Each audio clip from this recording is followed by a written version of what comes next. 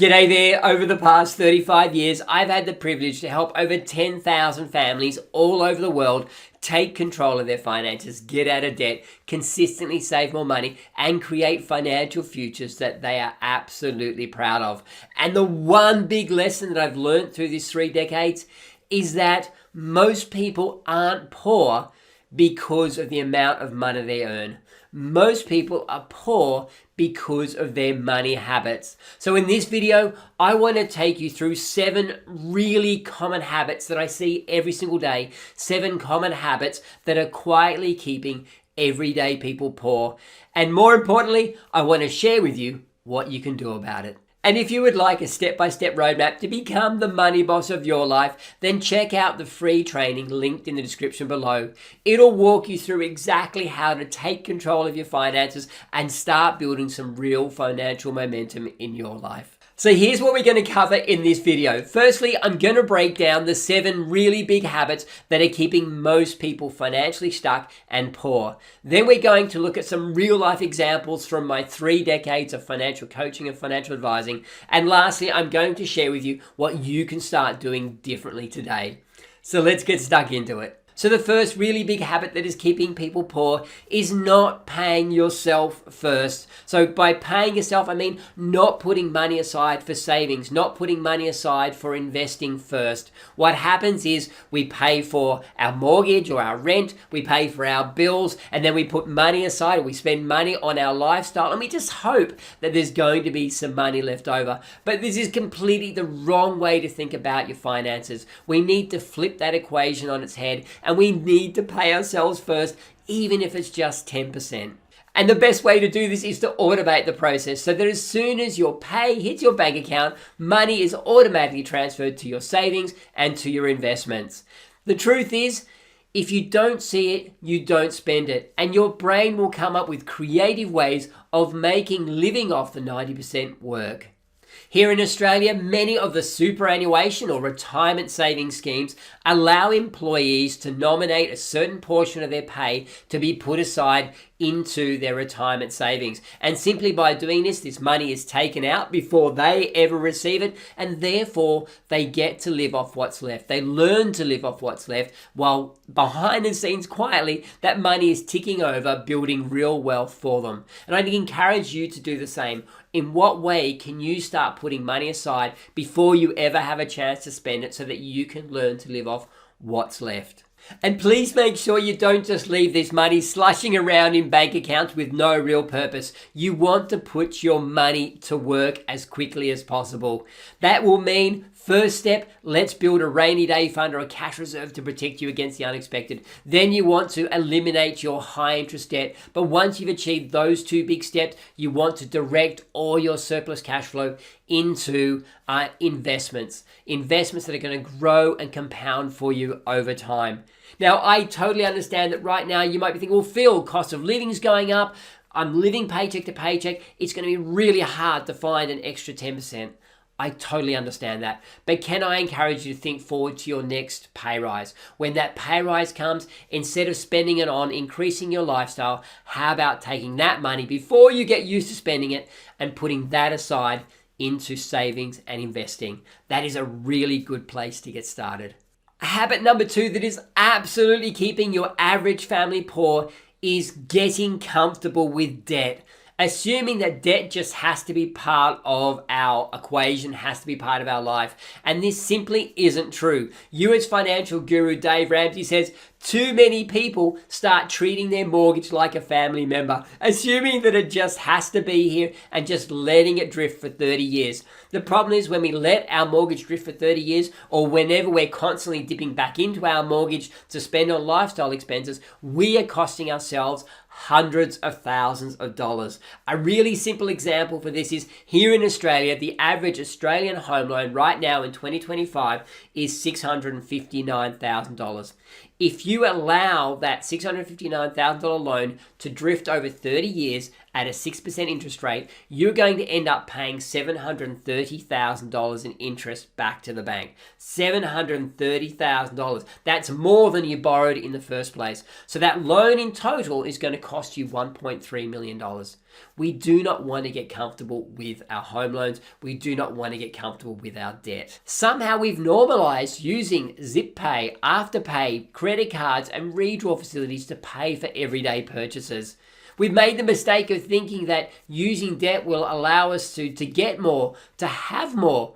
But the truth is, everything is more expensive when you pay for it with debt, even when it's interest-free. Now, please understand that the banks love to keep you in debt. This is how they make money for themselves and their shareholders, and they don't care that it comes at the expense of keeping you poor. So choose not to play their game.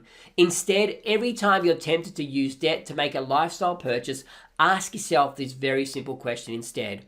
Would I still want this if I had to save cash to pay for it? Habit number 3 is not having a rainy day fund. Unexpected expenses are a part of life. They're not optional, they're going to happen, and they're probably going to happen at the most inconvenient time. You know what I mean? The car breaking down, the fridge dying, needing an expensive dental work, or perhaps your dog getting bitten by a snake. True story. And if you don't have the cash there set aside for it, it can easily derail your finances or push you further into debt. Just this year in the McGilvray household, we've had to replace our hot water system, our dishwasher, we've had to put new pads in our evaporative air conditioning, and we've had the plumber out to clean sewage lines that definitely needed to be cleaned. And I'm sure you can think of your own examples. Having a rainy day fund in place turns a crisis into a minor inconvenience and protects your long-term goals. So start small. If you haven't got a rainy day fund at the moment, work towards getting to $1,000. And if you're not a homeowner, ultimately try to get to $3,000 to $5,000. If you are a homeowner, work towards having $10,000. Because we all know that when things go wrong at home, they can be really expensive. And have this money sitting in a high interest savings account, just in case. And the fourth habit that is keeping people poor is not knowing what all your expenses are. Now, please understand this is not at all a criticism or a judgment. It's merely an observation from 35 years of financial coaching. Most people have no idea where their money's going and how much it all adds up to. Now, as you would expect as a financial coach, I am a big fan of having a budget that allows you to spend in a way that aligns with your values, with your priorities, and with your life goals. But you don't need an entire budget to get an awareness of where your money's going. Simply just recording what you spend every day for 30 days will be a big eye-opener. And once you can see where the money's going, you're in a much better position to make wiser financial decisions. You don't need a complex budget. You just need a simple system that's going to show you the truth. Habit number 5 that is keeping people poor is overspending on cars. Now, I know that this is a sore point for many people, and I know that we like to convince ourselves that we need the latest and greatest, but cars are easily one of the biggest financial leaks for your average family. New cars depreciate fast, so you've got to ask yourself, do I really need the latest model with all the bells and whistles? I see people every day who talk themselves into buying a $60,000 car when a $30,000 car would have done the job just as well. And that $30,000 difference, that could have been invested, and over the next 20 years would easily have grown to $200,000 to $250,000 without taking any great risk. So sometimes it's worth considering, what is spending this much money on this car really costing my future self? And habit number 6 that is keeping people poor is the expensive lifestyle habits. You know what I mean. This is the regular bought coffees, the takeaways, the bought lunches, the grocery shopping on the run, the big nights out on the weekend, or the regular nail appointments. Now, there's nothing wrong with any one of these expenses in isolation. The problem is when they become the expected norm, when they become the daily activity. They may seem like small purchases in isolation, but these small purchases add up, and the compound effect of these is significant. And when we allow our lifestyle expenses to become a habit or to become an essential part of life, what we are doing is exchanging long-term financial freedom for short-term gratification. So I'd really encourage you to review your lifestyle habits habits and your lifestyle expenses and ask yourself, are these expenses driving me towards or away from the life that I really want for myself and my family? Over the last few years, I've had literally dozens and dozens of clients who have paid off their home loans inside 10 years, saving themselves literally hundreds of thousands of dollars in interest. But to do this, they all had to give up something. Sacrifices had to be made along the way. But if you were to ask any of them today, was it worth it? The answer would be absolutely yes. Now, the seventh habit that is definitely keeping people poor is not getting started investing, is procrastinating on getting started investing. Now, it might surprise you to hear that you can't save your way to financial freedom and that cash actually isn't a good long-term investment. Yes, cash is great to have as a cash reserve so that we're protected against the unexpected, and cash is great saving towards long-term life goals. But beyond that, cash is not a good investment because it simply does not keep up with inflation. So what we want to do is we want to make sure that we get our money working for us and that we get started investing. Too often I see people allowing fear, confusion, and overwhelm to stop them from getting started investing. Please don't let that be you, because the longer you leave it, the harder it is going to be to catch up. You want to get started investing, and please believe it's not nearly as hard as what you think it is. In the description below, you'll find some videos that I've created that show you how to get started. I'd encourage you to check those out, because even small amounts invested regularly over time can add up to be significant amounts of money over time. You want to become what I call a hand-to-asset manager, where your income comes in, you live to some kind of money management system, ideally a budget, where there's some money left over at the end of each month. You take that money and you invest it into income-producing assets. Those assets produce more income, which means you've got more surplus, which means you can buy more asset, which means you've got even more surplus income, which means you can buy even more assets, and this becomes the upward wealth spiral. This is what I'd encourage you to aspire to. It just takes a step of courage. Put aside the procrastination, stop putting it in a too hard basket, and just get started investing. Now, if this video has been helpful so far, please give it a thumbs up, because that helps more people find this content. And don't forget to subscribe, because every week I release more videos with practical, no fluff money strategies that will help you and your family thrive financially. So let me now summarize the 7 habits that I see keeping people poor every single day. The first one of these is not paying ourselves first, not putting money aside into savings or into investing first, and then spending second. This habit alone will completely transform your financial situation if you can find a way to do it. The second habit that is keeping people poor is getting too comfortable with debt. It is so important to remember that lifestyle debt is not your friend.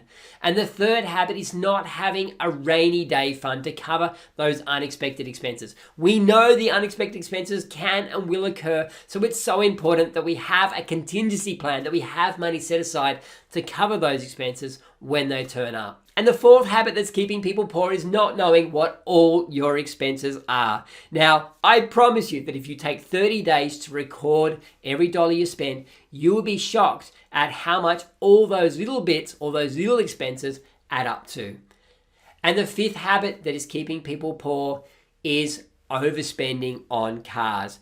I'd encourage you to think about, if I spend $10,000 less, if I spend $20,000 less on a car, what could I do with that money? What could that money mean to my future self? If instead of spending it on a car which is going to depreciate in value, if I took it and I invested it, what could that be worth to me in 10 years' time, 20 years' time, 30 years' time? And the sixth habit that is keeping us poor are the expensive lifestyle habits. These are the nice to haves that somehow have become the essential to have. I'd encourage you to look at your lifestyle expenses and ask yourself, are these habits moving me towards or away from the life that I really want for myself and my family? And the last habit that is keeping people poor is procrastinating on getting started investing. Please don't let this be you, because the longer you leave it, the harder it's going to be to catch up. You want to become a hand-to-asset manager. Your money comes in, you live to some kind of money management system, you've got a little bit of money left over each month, which you can plow into income producing assets, which reduce income, which increase your overall income, and they allow you to buy more assets. And from there, it becomes an upward spiral. So start by just shifting one of these habits. Focus on one habit, shift it, and then start stacking your wins. Thanks so much for watching this video. Now I invite you to check out the link to my free training and community where I will show you how to become the money boss of your life and to take control of your financial future. The link is in the description below, and please remember, little habits and strategies implemented today can literally make $1 million difference to your future. I'll see you in the next video.